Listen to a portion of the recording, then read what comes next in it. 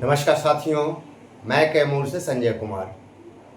साथियों, हम देख रहे हैं माननीय सर्वोच्च न्यायालय के फैसले पर चारों तरफ हाय तौबा मची हुई है। पूरे ग्रुप में हलचल है। कई साथी लगातार फ़ोन कर रहे हैं, तो हमको लगा कि इस मुद्दे पर विस्तृत वीडियो बनाकर डाला जाए, जिससे हमारे शिक्षक नियोजित भाइयों में ये स्पष्ट हो सके कि ये न्यायालय का कहना क्या है। साथियों, सर्वोच्च न्यायालय के आदेश को कुछ हद तक मैंने देखा, जो मुझे समझ में आया। पहला चीज, सबसे पहला बिंदु क्या है कि माननीय सर्वोच्च न्यायालय के इस फैसले को 2 सदस्यीय खंडपीठ ने दिया है और स्वयं 2 सदस्यीय खंडपीठ ने 5 सदस्यीय खंडपीठ के फैसले पर उंगली उठाया है और 7 सदस्यीय खंडपीठ में इसको ले जाने के लिए कहा है। ठीक है, सजेशन अपना दिया है हम लोगों ने। तो पहला प्रश्न यहां खड़ा हो जाता है।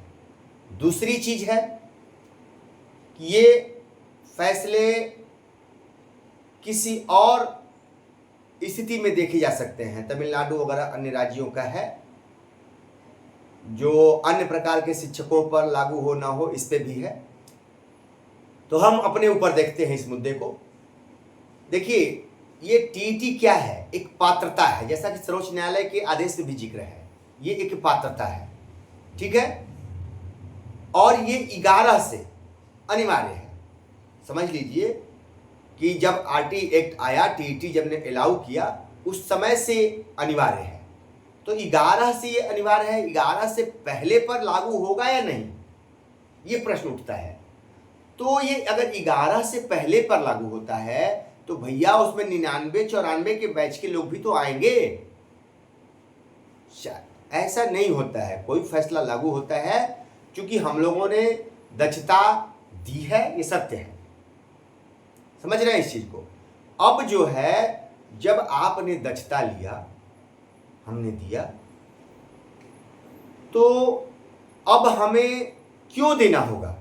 दूसरी चीज, सबसे बड़ी चीज है कि हमको नियुक्ति के लिए ये टीईटी पात्रता के रूप में हमने दिया, बस ओनली फॉर पात्रता। अब ये प्रमोशन वाली चीज डाल रहे हैं। तो 11 के बाद भैया ये प्रमोशन की बात कर रहे हैं कि बिना टीईटी के प्रमोशन नहीं होगा। तो जब 11 से आप टीईटी अनिवार्य कर दिए, तो अब उसके बाद बिना टीईटी के बहाल कौन हो रहा है? बात समझिए। जहां बहाल लोग कर रहा है वो सोचे, अब तो बिना टीईटी के बहाल करना नहीं है। तो सभी लोग जब टीईटी से बहाल हो रही हैं, तो उनको आप प्रमोशन में दीजिए, चाहे डिमोशन में दीजिए, कुछ में दीजिए, क्या फर्क पड़ता है? वो तो है ही है ऑलरेडी टीईटी। तो बिना टीईटी के प्रमोशन, इसका मतलब क्या होता है? अब टीईटी जो है सो रहे ना रहे, उससे क्या, उनको अब तक टीईटी वो दे के ही आए हैं, तब प्रमोशन में कीजिए चाहे कुछ भी कीजिए, उससे क्या फर्क पड़ता है? तो कुछ चीजें होती हैं। अब रह गया सवाल कि 11 से पहले जो लोग टीईटी पास नहीं थे, उनके ऊपर लागू होगा? तो मेरे समझ में तो नहीं लागू होगा। आप जो कह रहे हैं, ये फिर सदस्यीय खंडपीठ में बहुत सारे फैसले आते हैं जिनके लिए अगली पीठ जो है सो उस पर निर्णय करती है। तो हमारे कहने का मतलब है कि जब हम दक्षता पास किए हुए हैं, हमको प्रमोशन की बात है, तो प्रमोशन दक्षता जब हमने पास किया है, हमारे ऊपर टीईटी अनिवार्य लागू नहीं है, क्योंकि हम उसके पहले ही आ चुके थे। बात समझने की है। तो इसमें हमको नहीं लगता है। हाँ, जो लोग इसमें थे, फिर नई नौकरी में चले गए, नई ज्वाइनिंग किए, नया कैडर हो गया, उनके लिए समस्या है, क्योंकि आपकी नई नियुक्ति है। तो बिना टीईटी के मैंने इसी पे सवाल उठाया था, तो लोग हाय तौबा मचा देते हैं मेरी बातों पे। आज वो बात आ गई कि कभी भी आपकी नई नियुक्ति होगी तो उसमें बिना टीईटी के नहीं हो सकता है।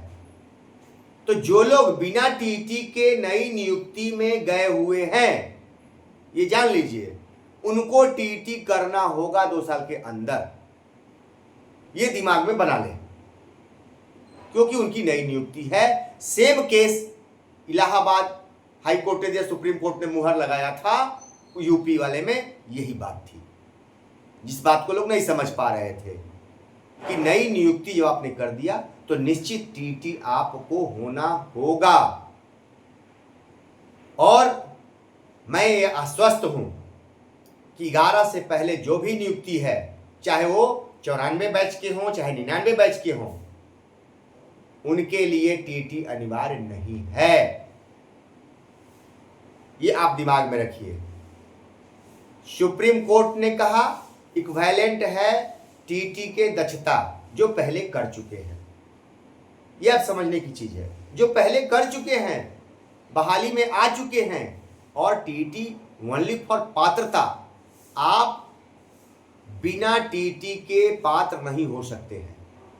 जैसे अभी है कि बिना ट्रेंड के आपकी बहाली नहीं हो सकती है, तो बिना पात्रता और बिना ट्रेनिंग के आप बहाल नहीं हो सकते हैं। क्लियर है? तो जब हम पात्रता यानी टीटी करके ही आए, ट्रेनिंग करके ही आए हैं, तब उसको अनिवार्य रखिए प्रमोशन के लिए, डिमोशन के लिए। तो क्या दिक्कत है? वो तो अनिवार्य योग्यता है, बिना उसके हम आए ही नहीं हैं।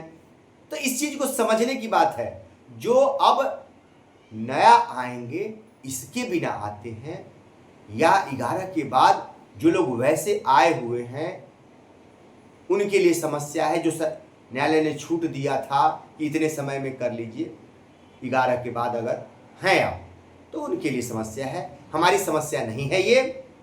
आप इसके लिए हाय तौबा नहीं मचाएं, क्योंकि जितने साथी नियोजित में हैं उनके ऊपर ये लागू नहीं होता है। ठीक है? फिर जैसी आगे स्थिति आएगी, उस न्यायालय के आदेश का व्याख्या होता रहेगा।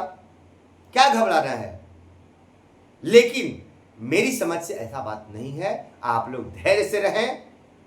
ये संजय कुमार कैमूर कहता है। ठीक है?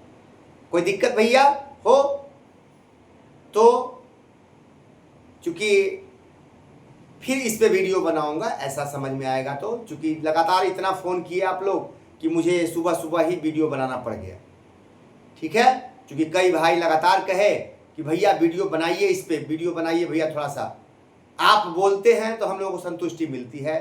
तो भैया हम कहते हैं, हम शिक्षक हैं और प्रयास करते रहेंगे, क्योंकि संघर्ष ही हमारा नारा है।